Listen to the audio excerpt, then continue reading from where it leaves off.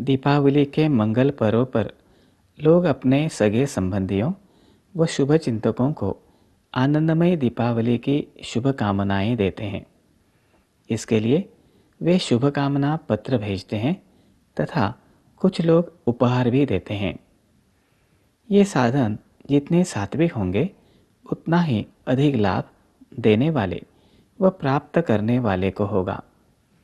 शुभकामना पत्रों के संदेश व उपहार यदि धर्म शिक्षा, धर्म जागृति व धर्माचरण से संबंधित हो तो प्राप्त करने वाले को इस दिशा में कुछ करने की प्रेरणा भी मिलती है। हिंदू जनजागृति समिति और सनातन संस्था द्वारा इस प्रकार के शुभेच्छा पत्र बनाए जाते हैं। दीपावली मनाने का एक और महत्वपूर्ण अंग है पटाखे। दीपावली पर छोटे बड़े हर आयु वर्ग के लोग पटाखे जलाकर आनंद व्यक्त करते हैं। परंतु क्या वास्तव में पटाखों का ऐसा उपयोग उचित है? पटाखे जलाने का अर्थ है बारूद के माध्यम से उत्सव की शोभा बढ़ाने का एक प्रयास।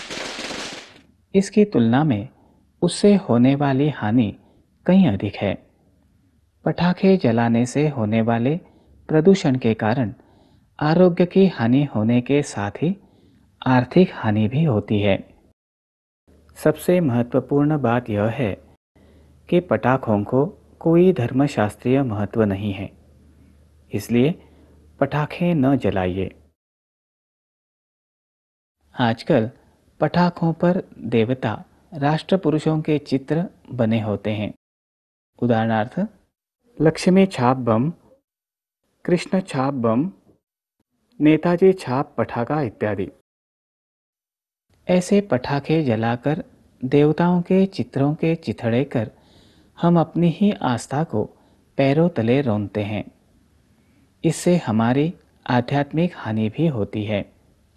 हिंदू जनजागृति समिति, सनातन संस्था जैसे अन्य समविचारी संगठनों के साथ सन 2000 से पटाखों के कारण होने वाली हानि को रोकने हेतु जन जागृति अभियान चला रही है। आप भी इसमें सहभागी हो जाइए। दीपावली पर्व के अंतर्गत आने वाले महत्वपूर्ण दिन हैं 1. नरक चतुर्दशी, 2. लक्ष्मी पूजन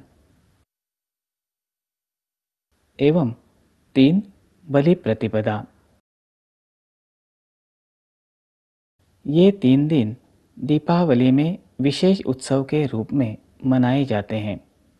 वसुबारस अर्थात गोवत्स द्वादशी, धनत्रयोदशी अर्थात धनतेरस तथा भाई दूज अर्थात यम द्वितीया। ये दिन दीपावली के साथ ही आते हैं। इसलिए भले ही ये त्यौहार भिन्न हो, फिर भी इनका समावेश दीपावली में ही किया जाता है। इन दिनों को दीपावली का एक अंग माना जाता है।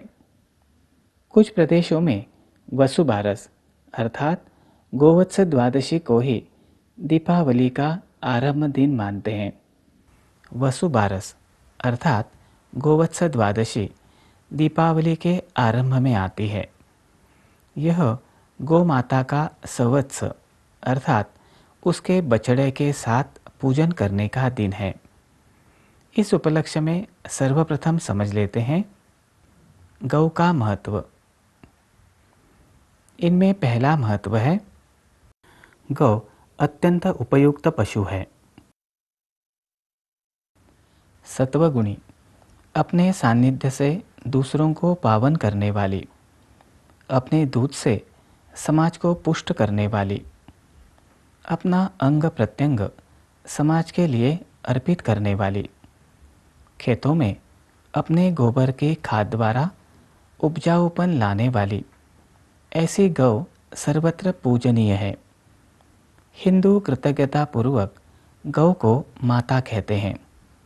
जहाँ गौ माता का संरक्षण संवर्धन होता है, भक्तिभाव से उसका पूजन किया जाता है, वहाँ व्यक्ति, समाज वह राष्ट्र का उत्कर्ष हुए बिना नहीं रहता। भारतीय संस्कृति में गौ को अत्यंत महत्व दिया गया है। गौ का दूसरा महत्व है, गौ में सभी देवताओं के तत्व आकृष्ट होते हैं। गौ भगवान श्री कृष्ण को प्रिय है। दत्तात्रेय देवता के साथ भी गौ है। उनके साथ विद्यमान गौ पृथ्वी का प्रतीक है।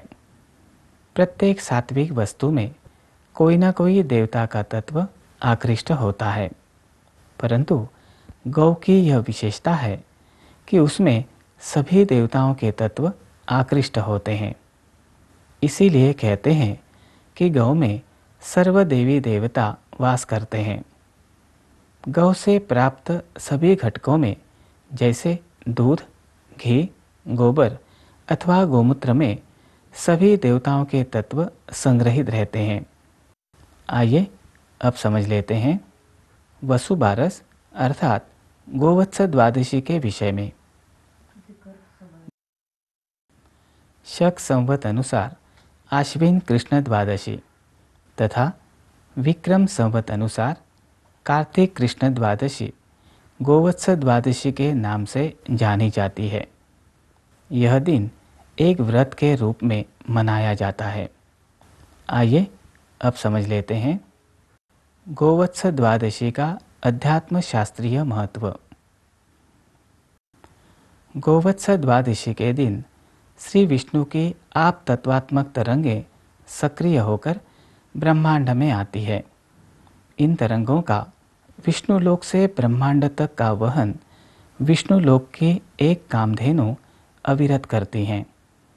उसके प्रति कृतज्ञता व्यक्त करने के लिए कामधेनु के प्रतीकात्मक रूप में इस दिन गौ का पूजन किया जाता है।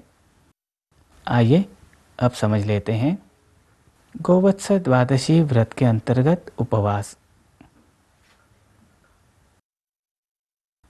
इस व्रत में उपवास एक समय भोजन कर रखा जाता है, परंतु भोजन में गाय का दूध अथवा उससे बने पदार्थ जैसे दही, घी, छाछ और खीर तथा तेल में पके पदार्थ जैसे भुजिया, पकौड़ी इत्यादि ग्रहण नहीं करते।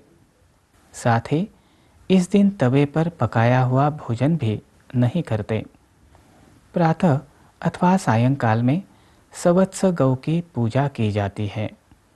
आइए अब समझ लेते हैं गोवत्स द्वादशी को गौ पूजन प्रातः अथवा सायंकाल में करने का शास्त्रीय आधार।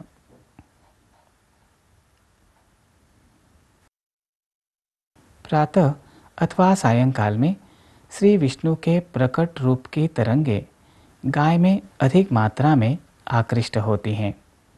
ये तरंगे श्री विष्णु के अप्रकट रूप की तरंगों को 10% अधिक मात्रा में गतिमान करती हैं। इसलिए गोवत्स द्वादशी को गौपूजन सामान्यतः प्रातः अथवा सायंकाल में करने के लिए कहा गया है। आइए अब देखते हैं गोवत्स द्वादशी के दिन किया जाने वाला गौपूजन एक दृश्यपट द्वारा। यहाँ दिखाया गया गौपूजन सायंकाल में किया गया है। प्रथम गौ पूजन का संकल्प किया जाता है कि इस गौ के शरीर पर जितने केश हैं उतने वर्षों तक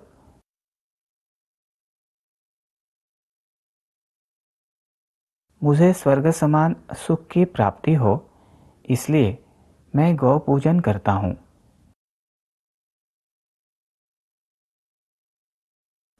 तत्पश्चात पाद्य श्री रुद्ररूपिण्ये गवे नमः पाद्यं समर्पयामि। अर्घ्य, गवे नमः अर्घ्यं स्नान इत्यादि उपचार अर्पित किए जाते हैं।